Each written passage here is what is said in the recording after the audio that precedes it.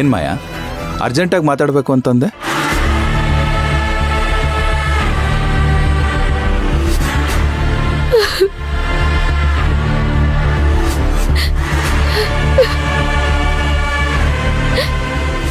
ಮಾಯಾ, ಯಾಕಮ್ಮ ಅಳ್ತಾ ಇದೀಯಾ? ಅಳಿಯಂದ್ರೆ ಬಂದಿದಾರಲ್ಲ, ಎಲ್ಲ ಸರಿ ಹೋಗುತ್ತೆ. ಅಳ್ಬೇಡ ಕಂದ, ಅಳ್ಬೇಡ, ಸಮಾಧಾನ ಮಾಡ್ಕೋ. ಮಾಯಾ, ಏನಿದು ಚಿಕ್ಕ ಹುಡುಗಿ ತರ ಹತ್ಕೊಂಡು? ಏನಾಯ್ತೀಗ? ಏನಿಲ್ಲ, ದಯವಿಟ್ಟು ಈ ಮದ್ವೆನ ಇಲ್ಲಿಗೆ ನಿಲ್ಸಿ. ನೀವ್ ನನ್ನನ್ನ ಮದ್ವೆ ಆಗೋದ್ ಬೇಡ. ಮಾಯಾ, ಏನ್ ಮಾತಾಡ್ತಾ ಇದೀಯಾ? ನಾಳೆ ಮದುವೆ ಇಟ್ಕೊಂಡು ಈಗ ಯಾಕೆ ಈ ತರ ಮಾತಾಡ್ತಾ ಇದೀಯಾ? ಈ ಮನೆಯಲ್ಲಿ ಯಾರಿಗೂ ನನ್ನ ಕಂಡ್ರೆ ಆಗಲ್ಲ. ನಾನು ಈ ಮನೆನ ಮುರಿಯಕ್ ಬಂದಿದ್ದೀನಿ ಅಂತ ಅನ್ಕೊಂಡಿದ್ದಾರೆ ಎಲ್ರು. ಹೆಜ್ಜೆ ಹೆಜ್ಜೆಗೂ ಬರೀ ನನಗೆ ಅವಮಾನನೇ ಆಗ್ತಿದೆ. ಈಗ ಏನಾಯ್ತು ಅಂತ ಈ ತರ ಎಲ್ಲ ಮಾತಾಡ್ತಾ ಇದೀಯಾ? ಇನ್ನೇನಾಗ್ಬೇಕು? ನಿಮ್ಮಕ್ಕ ಅಮ್ಮ ಈ ಮದ್ವೆ ಮುರಿದೋದ್ರೆ ಒಳ್ಳೇದು ಅಂತ ಮಾತಾಡ್ಕೋತಿದ್ರು.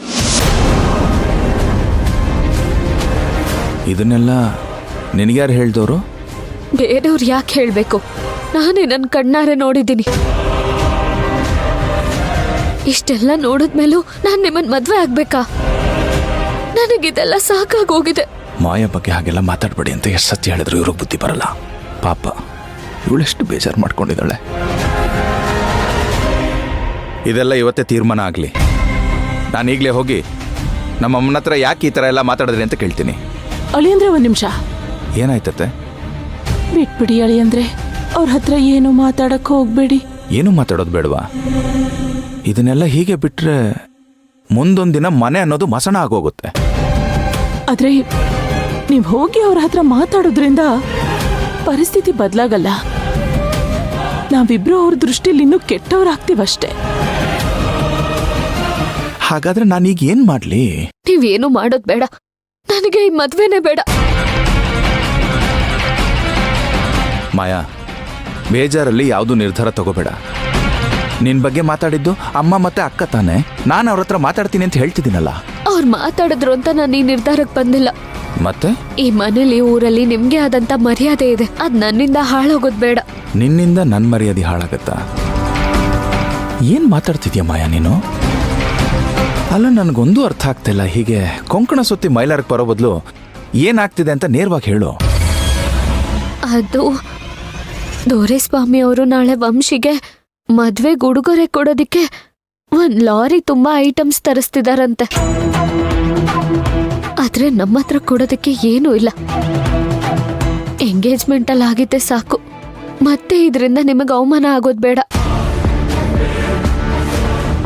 ಅದಕ್ಕೆ ಹೇಳ್ತಿರೋದು, ಈ ಮದ್ವೆ ಇಲ್ಲಿಗೆ ನಿಂತು ಬಿಡ್ಲಿ. ಆ ಥರ ಎಲ್ಲ ನಿಮ್ಗೆ ಅವಮಾನ ಆಗೋದಕ್ಕೆ ನಾನು ಬಿಡೋದಿಲ್ಲ ಮಾಯಾ. ನಿನ್ನ ಮದುವೆ ಆಗಿ ನಿನಗೆ ಗೌರವ ಸಿಗೋ ಹಾಗೆ ಮಾಡೋದೇ ನನ್ನ ಜವಾಬ್ದಾರಿ.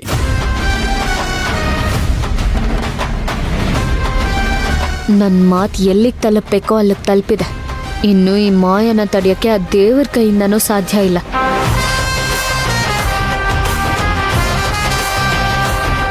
ಆದ್ರೂ ಒಂದ್ ಮಾತು. ಅಯ್ಯೋ, ನೀವ್ ಇಲ್ಲೇನ್ ಮಾಡ್ತಿದ್ದೀರಾ? ಅಲ್ಲೆಲ್ಲ ಕಾಯ್ತಿದ್ದಾರೆ, ಬೇಗ ಬನ್ನಿ. ಬನ್ನಿ ಹೊರಡೋಣ.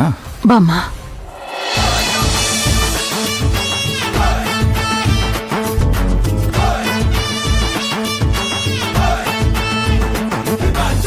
ಮದ್ವೆ ಆಗಿರೋ ಆಂಟಿ ಅಂಕಲ್ಸ್, ಮದ್ವೆ ಆಗೋಕೆ ತುದಿಗಾಲಲ್ಲಿ ನಿಂತಿರೋ ಬ್ಯಾಚುಲರ್ಸ್, ನಿಮ್ಮೆಲ್ಲರಿಗೂ ನಮ್ಮ ಅಣ್ಣಂದಿ ರಿಸೆಪ್ಷನ್ಗೆ ವೆಲ್ಕಮ್ ವೆಲ್ಕಮ್ ವೆಲ್ಕಮ್. ಪೂಜಾ, ಎಲ್ರೂ ಬಂದಾಯ್ತು.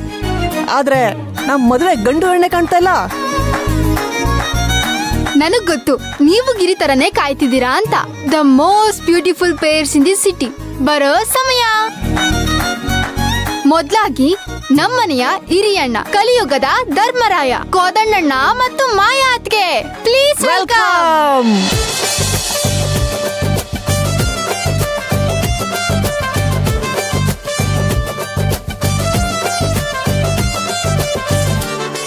ಧರ್ಮರಾಯ ಬಂದ್ಮೇಲೆ ಕೃಷ್ಣ ಬರ್ದಿದ್ರೆ ಹೇಗೆ? ಈಗ ಸ್ಟೇಜ್ ಮೇಲೆ ನಮ್ ಕೃಷ್ಣಣ್ಣ ಹಾಗೂ ವಂಶಿ ಅತ್ಗೆ ಬರ್ಬೇಕು.